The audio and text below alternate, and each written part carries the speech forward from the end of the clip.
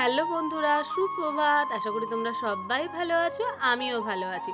তোমাদের সামনে আবারও সুন্দর একটা ব্লগ নিয়ে হাজির হয়ে গেছি। ব্লগটা হয়তো দিতে একটু দেরি হয়ে যাচ্ছে, কিচ্ছু মনে করো না। আমার সুন্দর সুন্দর বন্ধুরা আমার পাশে থেকো, আমার সঙ্গে থেকো। আর এত দেরি হচ্ছে ব্লগ দিতে, কেন আমি ডেলি ব্লগ দিচ্ছি না, তো সবটাই তোমাদের সঙ্গে একদিন না একদিন শেয়ার করব। তোমরা যদি আমার এই কষ্টটা শুনতে চাও, অবশ্যই আমাকে কমেন্টে লিখবে, অবশ্যই শেয়ার করব। প্লিজ বন্ধুরা আমার সঙ্গে থেকো, পাশে থেকো, একটু আমাকে সাপোর্ট করো। তোমাদের সাপোর্টের অনেক দরকার। যারা আমার সুন্দর সুন্দর ব্লগগুলো, মানে আমি এত যেটুকুই হোক যেভাবে ব্লগ বানাচ্ছি, তোমরা যে এত সুন্দর সুন্দর কমেন্ট করো, তার জন্য তো অনেক ধন্যবাদ। আর যারা আমাকে সবসময় লাইভে বলো কেন ব্লগ দিচ্ছি না, তো সেটাও তোমাদেরকে বলবো যে আমার ব্লগ দেখতে তোমরা এতটাই ভালোবাসো, তার জন্য অনেক অনেক ভালোবাসা। আর সঙ্গীতাদি, তোমাকে অনেক ভালোবাসা যে আমার ব্লগ দেখতে তুমি আমার আমার কাজকর্ম দেখতে এতটাই ভালোবাসো। তার জন্য কালকে যখন তুমি আমার লাইভে এসেছিলে, এই কথাটা বলেছিলে, আমার প্রচণ্ড ভালো লেগেছিল। তখন মনে মনে ভাবলাম চলো ব্লগ দেওয়াটা আমাকে কন্টিনিউ করতেই হবে তোমাদের ভালোবাসার জন্য। তো সকাল সকাল আমার কাজকর্ম কমপ্লিট হয়ে গেছে। কি কি রান্না করেছি সেটা নেক্সট ব্লগে দেখিয়ে দিয়েছি, ফার্স্ট ব্লগটাতে যেটা করেছিলাম। তো আরেকবার বলে দিচ্ছি, খিচুড়ি, চাটনি, পাঁপড় ভাজা, বেগুন ভাজা, বাঁধাকপি হয়েছিল, সব কিছু সবজি দিয়ে চচ্চড়ি। আর কাদের কাদের গোটা সিদ্ধ আছে সেটা অবশ্যই কমেন্টে জানাবে। এই সরস্বতী পুজোতে জানো তো, সত্যি করে সব থেকে যার জন্য বেশি মন খারাপ করে আমার মায়ের জন্য। আমার মা যে এত সুন্দর সুন্দর রান্নাবান্না করতো, আমরা কি সুন্দর তৃপ্তিভাবে খেয়ে নিতাম। হয়তো এত কিছু ছিল না তখন, হয়তো কলাইয়ের ডাল হতো, একটা টক হতো, বাঁধাকপি হতো, ফুলকপি হতো, কলাইয়ের ডালের খিচুড়ি হতো। আমি আমার মাকে না প্রচণ্ড মিস করি, প্রচণ্ড। সবসময় মনে মনে ভাবি যে ওই দিনটা যদি আমি আমার মায়ের কাছে যেতে পারতাম কত ভালো হতো। আর আমি যেহেতু ছোট, আর আমাদের বাড়িতে ষষ্ঠী পুজো আছে এই দিনটাতে, মা আমাকে কিছুতেই স্নান করতে দিত না। আমি প্রচণ্ড রেগে যেতাম, ঝগড়া করতাম, রাগারাগি করতাম। কিন্তু কি বলতো, এই যে অভাবটা এখনও আমি সবসময় ফিল করি, জানো তো। মনে মনে ভাবতাম যদি এই ঝগড়াটা না করতাম তাহলে বেশ ভালোই হতো। মা একটা কপালে দইয়ের ফোঁটা, হাতে সুতো বেঁধে দিত আর বলতো কিছুতেই স্নান করবি না, কিছুতেই স্নান করবি না। তো আমাদের বাড়ির সরস্বতী ঠাকুর তোমরা দেখেই নিলে, এখানে গোপুসোনা আছে। তো ঠাকুরের যে জায়গাটা সেটা সুন্দর করে সাজিয়ে দিয়েছি। এদিকে ফলগুলো ধুতে দিয়ে দিয়েছি। তো ওইদিকে বাচ্চাগুলোকে খেতে দেবো। মেয়ে বললো এখন খাবো না, তোমার সঙ্গে একটু হাতাহাতি করে দেবো। ওদের অঞ্জলি দেওয়া কিন্তু কমপ্লিট হয়ে গেছে। এটা নিয়ে আমার 2 বছরের পুজো হবে। যতদিন আমি দিতে পারবো নিজে, ততদিন আমি দিয়ে যাব আমার বাচ্চাদের জন্য। এই সরস্বতী পুজোটা আমাদের বাড়ির পাশে হতো, আমি আমার বাপের বাড়ির কথা বলছি, বাপের বাড়ির পাশের বাড়িতে কি মজা করতাম তোমাদেরকে বলে বোঝাতে পারবো না, এতটা মজা হতো। মা ডাকতো, কিছুতেই যেতাম না। আর ওই যে মায়ের হাতে রান্না, পরের দিনের খাওয়া, একসঙ্গে রোদ্রে বসে খাওয়া, প্রচণ্ড মিস করি এই দিনগুলো, সত্যি করে। আমাদের বিয়ে হওয়ার পর জীবনটা যে এতটা পরিবর্তন হয়ে যায় সত্যিই ভাবতে পারি না। হয়তো আজ মা বেঁচে থাকলে এটা হতো না, আবার সেই দিনটা ফিরে পেতাম। মা এমন একটা জিনিস যাদের কাছে নেই তারাই একমাত্র বোঝে। আমার কাছে নেই, আমি বুঝি। আমার পৃথিবীতে সব কিছু আছে, কিন্তু আমার কাছে একটা জিনিস নেই। কি নেই? আমার মা।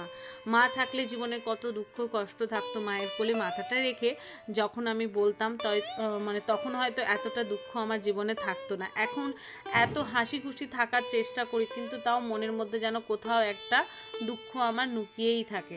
তো এটা কিছু করার নেই, এরকমভাবেই আমার জীবনটা চলতে হবে। যেদিন দেখবো একদম ভালো লাগছে না, তখন একটু থমকে যাব। এই হচ্ছে জীবন। তো দেখো, আমি এখানে মোটামুটি আমার ঠাকুরকে সাজিয়ে নিয়েছি। গোপুসোনাকে এখন স্নান করাতে হবে। আর প্রত্যেক দিন আমি যেভাবে আমার গোপুসোনাকে পুজো করি সেটা তো শর্টে আমি পোস্ট করি, প্লাস বড় ভিডিও পোস্ট করি। যারা আমাকে ডেইলি ব্লগ দেখছো, আমি যে কথা বলছি, শরীরটাও এখন ঠিকঠাক আমার থাকে না। শরীরের মধ্যে যে অনেকগুলো রোগের জানো তো দানা বেঁধে গেছে বন্ধুরা। ডেইলি ব্লগ আমি দিতে পারি না সত্যিই করে। তো আমার গোপুসোনাকে দেখো এখন স্নান করাবো। হরে কৃষ্ণ কৃষ্ণ কৃষ্ণ হরে হরে, হরে রাম রাম রাম হরে হরে। আমার গোপুসোনাকে তোমরা এতটা ভালোবাসা দিচ্ছ বা এতটা ভালোবাসো, তার জন্য তোমাদেরকে অনেক অনেক ধন্যবাদ। তো মোটামুটি দেখো, আমার ঠাকুর ঘরটা সুন্দর করে সাজিয়ে নিয়েছি।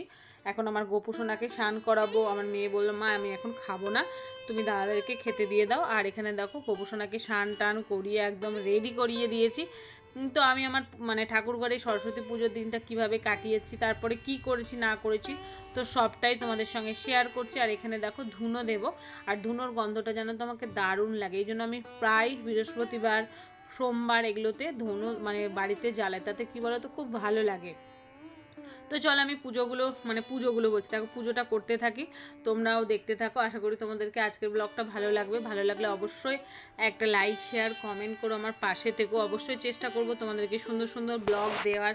আর আমার কাজকর্ম তো অনেক মানুষই দেখতে ভালোবাসো। সঙ্গীতাদি, তোমাকে অনেক অনেক ধন্যবাদ যে আমাকে ডেলি ব্লগ দেওয়ার কথা বলো, আমার কাজকর্মগুলো ভালোবাসো। তো চলো ব্লগটা দেখতে থাকো।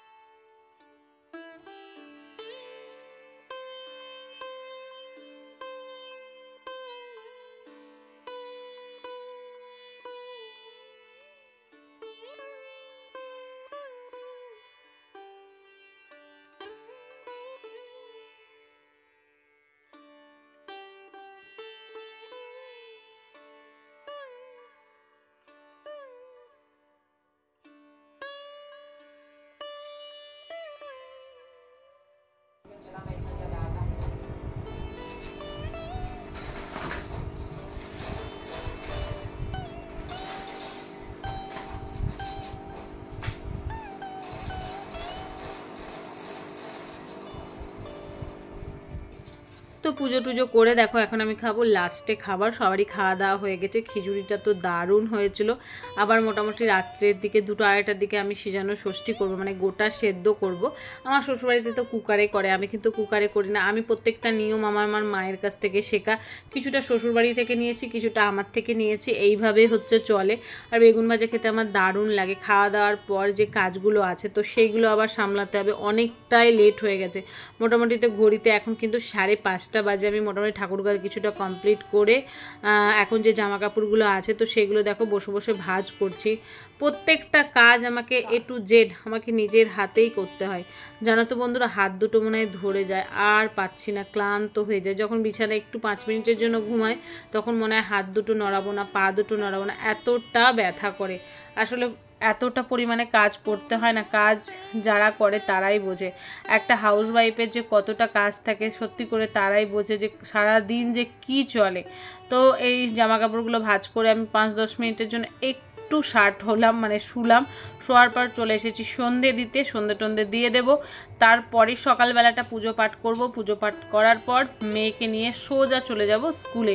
মানে পরের ব্লগটা মানে যতটুকু পেরেছি সত্যি করে তোমাদেরকে ততটুকুই কিন্তু শেয়ার করবো, আর পুরো ব্লগটা কিন্তু দেখবে, না দেখলে কিন্তু কমেন্ট করতে পারবে না, বুঝলে বন্ধুরা?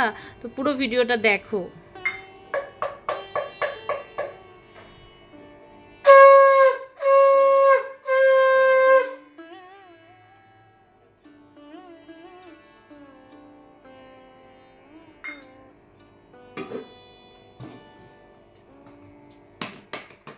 তো এটা পরের দিনের ব্লগ আমার। সকাল সকাল দেখুন বরমশাই মিষ্টি নিয়ে চলে এসেছে। তো এটা সকালবার মানে সোমবারের ব্লগ। তো এটা আমি সোমবারে ঠাকুরকে মিষ্টি জল দিয়ে পুজো দিয়ে সোজা আমি রেডি হয়ে চলে যাব মেয়ের স্কুলে। মেয়ের স্কুলে গিয়ে মানে মেয়ে যাওয়ার জন্য বায়না করছে, তো ওকে নিয়ে যাব। নিয়ে যাওয়ার পর জানি না কতটুকু কি করতে পারবো, যদি না করতে পারি তাহলে নেক্সট একটা ব্লগ তোমাদের সঙ্গে শেয়ার করব। তো চলো ঝটপট করে এখন পুজোটা সেরে নিই।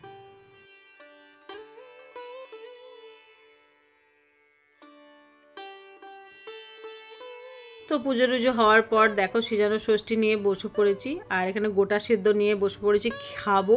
মেয়ে তো কিছুতেই খাবে না। খাওয়া দাওয়ার পর সোজা মেয়েকে নিয়ে চলে যাব স্কুলে। তো এখানে দেখো নিয়ে চলে এসেছি মেয়েকে স্কুলে। টাটা।